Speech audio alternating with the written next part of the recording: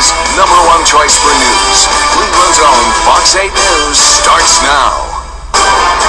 We're following breaking news tonight. The Cleveland radio scene will never be the same. Welcome to Fox 8 News at 5. I'm Gabe Spiegel. And I'm Tracy McCool. WTAM announcing the death of Mike Trivisonno less than an hour ago. And Fox 8's Kevin Freeman is standing by at the radio station with more on what we know so far. Just sad news, Kevin. Certainly shocking here at WTAM at the studios here in Independence, and certainly shocking for the many listeners of Mike Trivisonno and the Mike Trivisonno Show. He was often number 1, number 2 in the ratings here on the radio. Dead at the age of 74, and this came suddenly. We heard some tearful moments from some of his co-workers here. Some of them spoke to him just at 1:45 this afternoon. We'll show you some video of him. People know who he is. He's one of the most popular radio hosts here in the city of Cleveland. Triv was a frequent caller to Pete Franklin's sports talk show known as Mr. Know-It-All. Now, before launching his own broadcasting career in 1987. Now, he eventually took over Franklin's old show on WTAM in 1994 before moving to his afternoon slot soon thereafter. Now, he is being remembered as an everyman who connected with Cleveland listeners while talking about sports, politics, and everything else. Now, here's the program director tearfully announcing Mike Trivisonno's death. This is WTM Program Director Ray Davis. Very sad to say that Mike Trivisonno passed away today at the age of 74. Our condolences go out to his wife, Tammy, his son Michael Anthony, and his daughter Michelle, and his stepson Colin. It's going to be a very difficult show today, and Carmen Angel is here with me, and Seth Williams. We're very, very sad to pass along to you that Triv passed away today suddenly. Now, everyone here, we've listened to some of the radio show. They're still talking about him on his show. This is when he would typically be on the air. They're saying, his colleagues, that they're numb and a state of shock. The most difficult show they will ever do today, which I'm sure it is. I've been listening to some of it, and it is just very emotional. This is a radio legend, a radio giant here in the city of Cleveland. One of the things that Ray Davis said and some of his colleagues is that, Mike Trivisonno may have seemed rough and tough on the exterior, but they said he really cared about Cleveland, and he really cared about charities. His most popular one was the Coach for Kids charity, but they call him the voice of Cleveland. And again, they talked to him on the phone at 1:45 this afternoon. He seemed to be fine. We don't know a cause of death, but certainly this is shocking news and devastating news for radio listeners in the city of Cleveland. Yeah, Kevin, we've been fans here for a long time. Yeah, I'm glad you pointed out the philanthropic thing, because he's fought for Cleveland charities. He was a voice of Cleveland, that seasoned, grizzled, charitable, sincere, funny. He's always given his co-host, giving him troubles all the time, but just hilarious, but thought-provoking. Even if you didn't take his side on things, he'd make you think about stuff.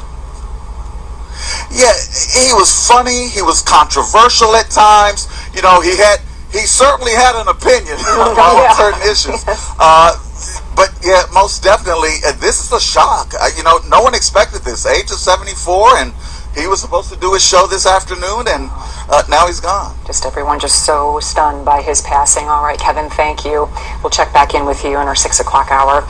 Well, Cleveland, are you ready to rock? The Rock Hall inductees are in town, and Cleveland businesses are ready to put their best foot forward. Fox 8's Alex Stokes is in downtown Cleveland, live just ahead of a surprise Foo Fighters concert at the House of Blues. How cool is this, Alex? Oh my gosh, so cool, so exciting. Everybody's energy, you can just feel it. We have a line right here. The line's been growing, but the people at the front of the line, they've been able to keep their place by using Sharpie to put numbers on their hands, kind of getting that honor code going. Love it. Many people here are here not just for the Foo Fighters concert, but also the Rock Hall induction ceremony.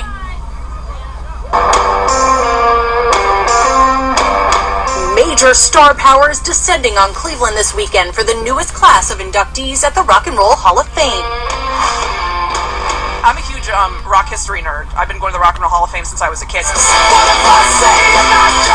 Much of the focus Thursday night is on inductees, the Foo Fighters, as they play their hits at the House of Blues. Loyal fans started the line at 7 a.m. It was dumb luck. I was in Columbus for a different concert, and I had to come for this one because I have tickets, so I got on the road early. And those tickets weren't easy to come by, selling out within an hour of the announcement on Tuesday. I have their tweets on alert. That's a pro tip because they like to surprise everyone. This concert, a little extra special on the heels of the band's induction into the Rock and Roll Hall of Fame. I am expecting a lot of secret songs that they haven't played in a long time because we tend to, like, I've seen them several times, so I know, like, the set list. I had my fantastic moment with Northeast Ohio native Dave Grohl a few years ago.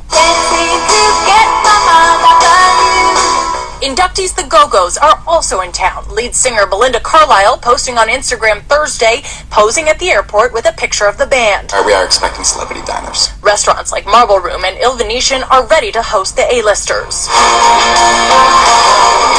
think it's really important just to make them feel at home. Don't make them feel like they're not a celebrity for the 2 hours, the 2.5 hours that they're dining with us. Their presence and visitors from around the country helping to bring more eyes to Cleveland's culinary scene. It's definitely impactful. All right, so we still got this line here ready for the Foo Fighters concert. What song do you guys want to hear them play tonight? White Limo! Bad Fun! That is quite the set list. We will see what the Foo Fighters get to. The concert starts at 8 o'clock. Doors open at 6:30. And the Go-Go's will be doing an interview with the Rock Hall tomorrow at 9. That will be live streamed. Boy, I'll tell you what a great venue, too, to see the Foo Fighters. Yeah. It's just, they're so close to all the action and everything, and hopefully they will get to hear some secret songs, too. Alex, thank you. Have fun out there. Super cool, the Foo Fighters, to do that, being inducted and then putting a show on here in Cleveland. Dave Grohl, Northeast Ohio's own, not surprised. Hopefully Alex gets another picture, too. No doubt, right? All right, turning now to the latest in the battle against the coronavirus. The leaders from the area's top health systems gave an update on the pandemic and what's next. Fox 8's Matt Wright is live with what they're saying today. Matt? Tracy, Gabe, there is optimism and also some excitement from local health leaders, but still caution that the fight against COVID-19 is not over. First, cases are falling. That is good news. Local hospitals saying we are on the downswing from a peak in the latest surge about a month ago. Since then, cases have cut in half and hospitalizations have fallen by a third. But concern remains about a return of a potential winter surge, so vaccination remains key. The Cleveland Clinic and University Hospitals both are now preparing to vaccinate 5 to 11-year-olds once they receive federal approval for vaccination.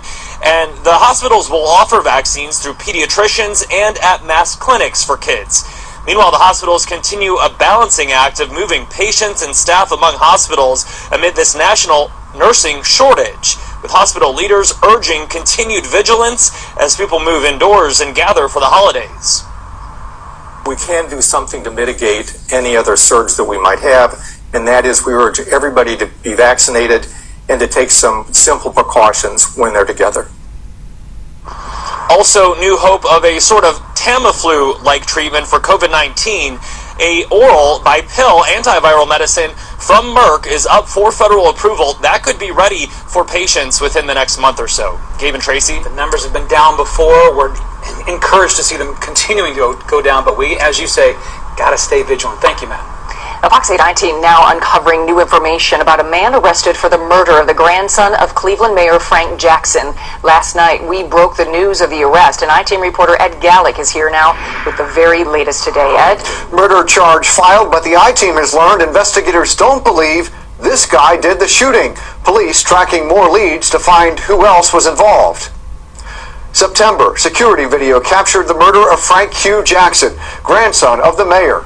Now, weeks later, homicide detectives have filed an aggravated murder charge against Robert Shepard. This video shows Frank Q. Jackson in an earlier court appearance. A warrant says the man just arrested, quote, directed Frank Jackson to the scene where he was killed. Investigators believe someone else fired the shots. The call to 911 revealed new clues to what happened. I need the police right now.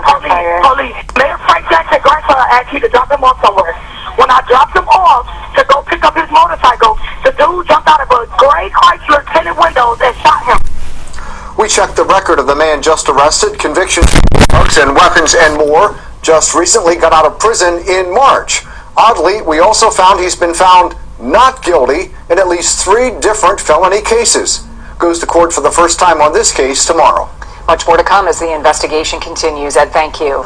A months-long manhunt for a man suspected of multiple crimes has come to an end after a standoff in a local mobile home park. His capture, caught on video. Fox 8's Dave Nethers has that video for us tonight. He joins us live. Dave? Yeah, so that suspect in custody here in Wayne County this evening after eluding authorities from multiple jurisdictions since he was wanted for not showing up in court this past December. 32-year-old Stephen Wolford Jr. was a passenger in a stolen Jeep when police and deputies tried pulling it over last month. The driver of that Jeep eluded them in a high-speed chase. Still wanted on a felonious assault charge from December. Worcester police pulled over another vehicle with him in it early Tuesday. Again, that driver took off, but with the help of a Highway Patrol SWAT team, they later surrounded a mobile home again on Tuesday just outside of Worcester, where after a 5-hour standoff, they finally surrendered rather than allow dogs in the home to be tear gassed. You made the right choice. We had been attempting to negotiate for him to surrender outside the home for several hours, and he refused to do so. But it was not until the large armored truck pulled up to the door of the residence and he was essentially given a final warning to come out, or tear gas was going to be injected into the home. Police from multiple jurisdictions sorting this out, although there are no named suspects for a crime in Orrville this past August. Authorities here at the Wayne County Sheriff's Office and the police chief in Orrville both confirm to us that a gun that was stolen from a business there August 27th was recovered from the mobile home following Wolford's apprehension this past Tuesday. Dave Nethers live there in Worcester with the very latest. Thanks, Dave. Legal fireworks in Ohio? It could happen, but you might be surprised which holidays you'd be allowed to shoot them off. This hour, find out when you could see bright lights at night. Hi, PJ. Hi, Tracy. We are flipping things upside down this week as we punt for a pickup. Greg will punt for a pickup, but we're also giving away some cash. We'll explain when we come back. And I'm so glad to still drive for that event this afternoon. We had 2 okay days, but we can't extend that for a 3rd day. We have something literally right on our doorstep. We'll investigate coming up. The side of this story never heard before. What really happened inside Rocky River High? This video sparked investigations, caused a firestorm. Teachers talking about an explicit picture of a female student. Now, for the first time, we hear from one of the teachers in that video. In fact, I have gotten more justice just from talking to you in these first 4 minutes than I ever got from the administration, because nobody ever sat down and asked me my story. You will hear his story, what he wants every parent to know, tonight on Fox 8 News at 6.